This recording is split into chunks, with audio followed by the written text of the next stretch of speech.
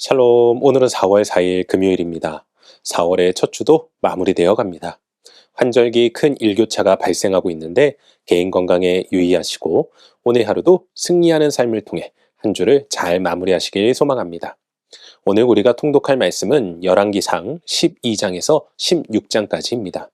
오늘 말씀은 솔로몬의 죽음 이후 남왕국 유다와 북왕국 이스라엘로 나라가 분열되는 이야기로 시작합니다. 이때 남왕국은 1대 르호보암을 거쳐 2대 아비암이 왕이 되지만 둘 다 죄의 길을 걷게 됩니다. 하지만 3대 아사왕은 다윗의 길을 따르는 것을 보게 되죠. 그에 반해 북왕국 이스라엘은 1대 여로보암을 시작으로 2대 나답, 3대 바하사, 4대 엘라 등 세워진 왕들마다 하나님 보시기에 악을 행했고 7대로 세워진 오므리의 아들 아합 왕은 모든 사람보다 더욱 악을 행하였다고 성경은 기록하고 있습니다. 오늘은 이러한 말씀 가운데 열왕기상 12장 7절 말씀을 묵상해 보도록 하겠습니다. 열왕기상 12장 7절 함께 읽겠습니다. 대답하여 이르되 왕이 만일 오늘 이 백성을 섬기는 자가 되어 그들을 섬기고 좋은 말로 대답하여 이르시면 그들이 영원히 왕의 종이 되리라 하나. 아멘. 개인적으로 저는 사무엘서 말씀부터 등장하는 이스라엘의 왕들의 모습을 보면서 묻게 되는 한 가지 질문이 있습니다. 그것은 하나님의 뜻 가운데 세워진 리더십이란 무엇일까 하는 것입니다. 솔직히 이스라엘의 초대왕 사울부터 다윗 그리고 솔로몬에 이르기까지 처음 왕이 되었을 때를 생각해 보면 참으로 겸손하고 하나님을 섬기며 백성들을 위했던 것을 보게 됩니다. 하지만 그들의 나라가 강성해지고 왕권이 강화되고 나면 하나같이 그릇된 길을 걸어가던 것을 보게 되죠. 그들은 왕으로서 권력을 누리는 삶을 살게 되었던 것입니다. 여러분, 권력이란 무엇입니까? 국어사전에 보면 남을 복종시키거나 지배할 수 있는 공인된 권리와 힘, 특히 국가나 정부가 국민에 대하여 가지고 있는 강제력을 이른다라고 되어 있습니다. 문제는 하나님이 원하시는 나라, 그리고 하나님께서 세우신 왕이 가져야 할 것은 권력이 아니라는 것입니다. 하나님께서 세우신 나라는 왕은 백성을 섬기고 백성은 왕을 섬기는 나라입니다.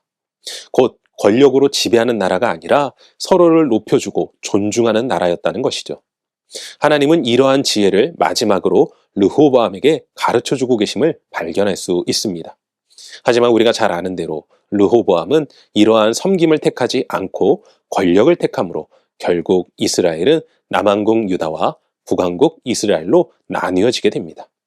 사랑하는 성도 여러분, 진정한 리더십이란 무엇입니까? 권력을 가지고 휘두르는 것입니까? 그렇지 않습니다. 진정한 리더십은 섬김입니다. 그리고 이러한 섬김의 리더십은 하나님께서 예수 그리스도를 통하여 우리에게 분명히 보여주셨습니다. 그렇기에 예수 그리스도의 섬김을 받은 우리들 역시 어느 자리에 있건 섬김의 삶을 살아야 할 줄로 믿습니다. 어찌 보면 이는 세상과 반대되는 모습일 것입니다. 세상은 어떻게 해서든 권력을 쥐려고 합니다. 하지만 우리가 그리스도인으로서 권력을 쥐는 자가 아닌 자신의 자리에서 그리스도께서 보여주신 섬김의 리더십을 나타내야 할 줄로 믿습니다. 물론 이러한 삶이 당장에는 손해로 보여질 수 있습니다.